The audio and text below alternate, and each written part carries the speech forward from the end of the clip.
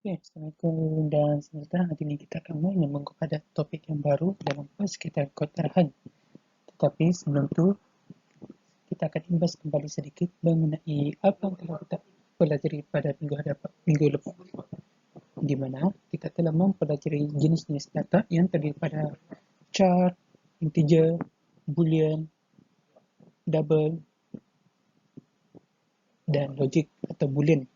Okey, kita juga di mana data-data ini boleh dipecahkan kepada 3 jenis, iaitu teks, nombor dan nilai logik.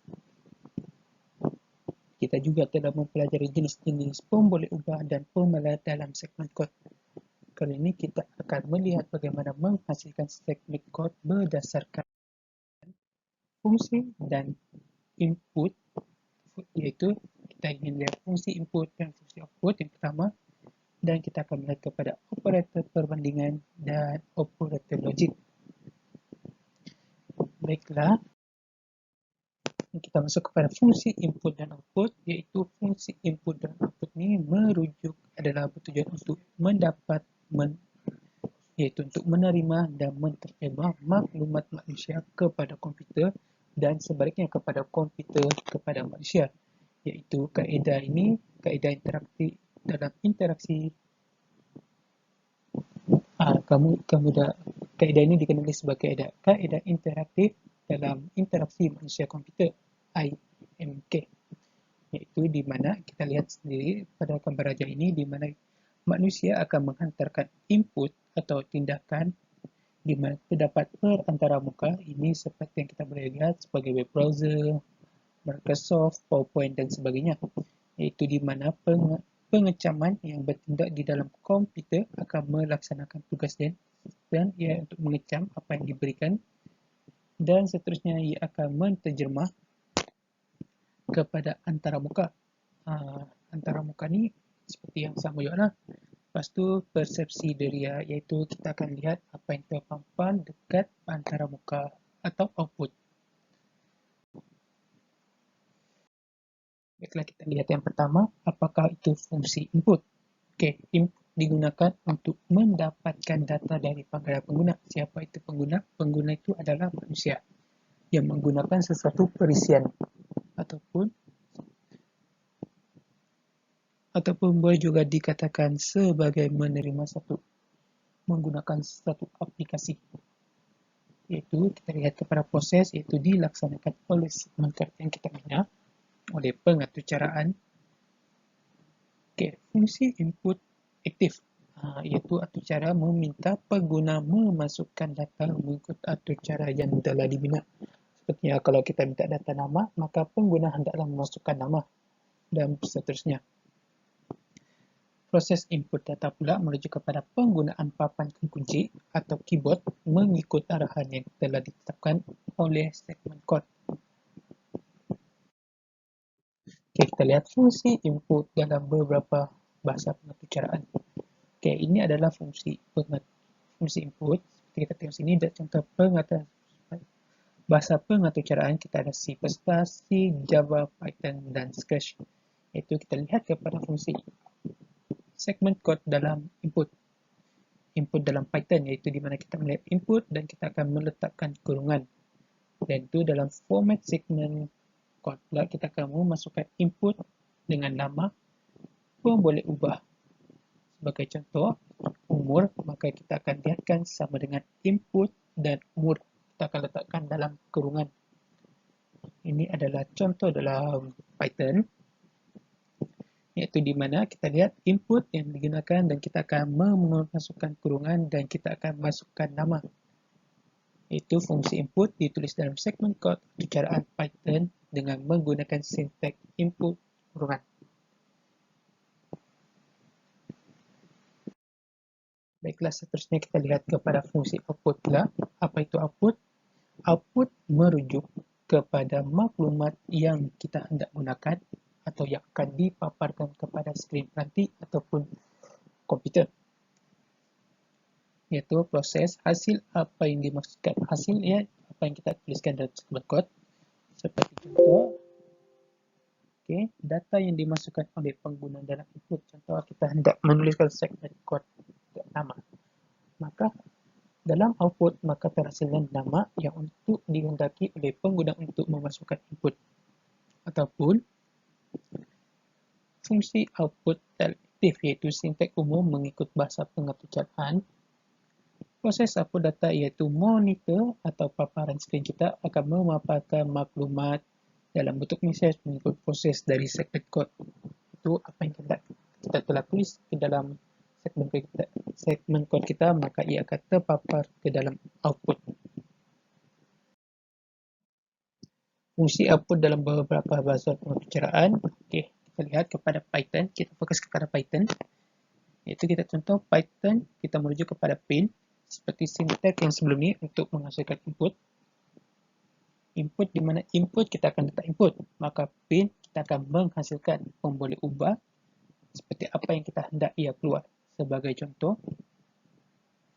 print tahun, iaitu kita telah tetapkan tahun, integer tahun 2020, print tahun atau yang hendak dipaparkan, maka ia akan terhasillah print tahun seperti ini.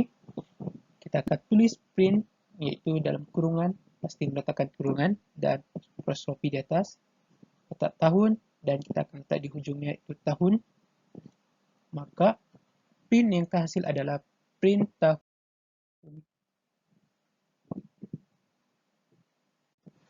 Okey, kita sambung kepada yang segmen ketiga iaitu operator perbandingan.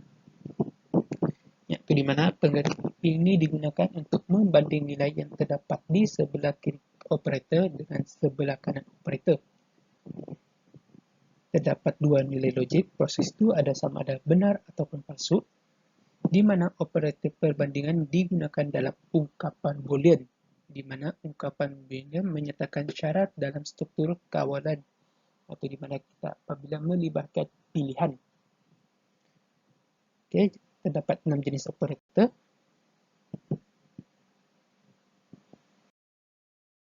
Baiklah, ini kita lihat operator, jadi terdapat operator di mana apabila kita menulis sama dengan, maka nilai yang terhasil adalah sama dengan. Okey, ini adalah simbol untuk jika nilai atau bagi dua operan yang tidak sama, maka keadaannya adalah benar. Dan kita juga boleh menulis dengan simbol yang gini. Okey, ini simbol untuk lebih besar, simbol lebih kecil, lebih besar sama, dan lebih kecil atau kurang.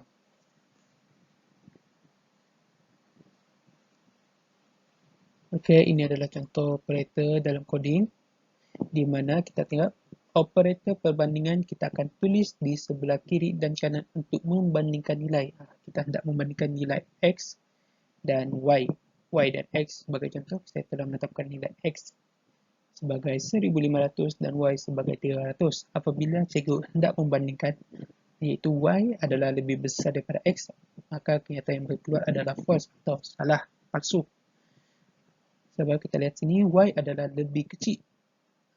Dan di mana apabila cikgu meletakkan X lebih besar daripada Y adalah benar. Dan begitu juga seterusnya.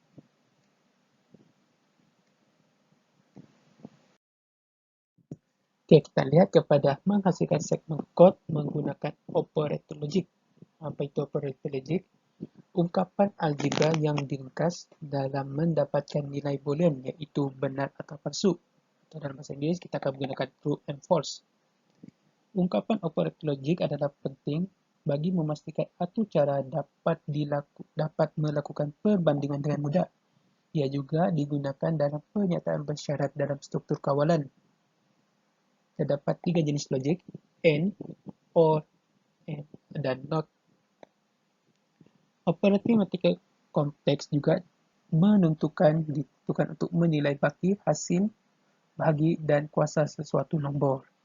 Kita akan melihatkan operator sebelum ni kita telah mempelajari jenis operator matematik yang biasa. Sekarang kita akan melihat operator yang lebih kompleks. Operator matematik yang lebih kompleks. Okey, sebagai contoh jenis operator logik, kita dapat lihat tadi iaitu menyatakan 3 jenis AND, OR dan NOT, iaitu di mana keadaan menjadi benar. M merujuk kepada keadaan yang menjadi benar jika kedua-dua operan adalah benar. A and B adalah palsu. Contoh di atas ni kita lihat, contoh operan A adalah benar dan B adalah palsu. Maka apabila kita menggunakan AND, maka ia adalah palsu. O merujuk kepada kenyataan apabila salah satu keadaan adalah benar. Maka jawapan yang diberikan sekiranya A palsu atau B benar, maka operan akan benar. Dan not atau tidak, logik tidak merujuk kepada menyokong keseluruhan logik operan atau tidak. Maka apabila dikatakan A benar, B tidak benar, maka ia adalah yang benar.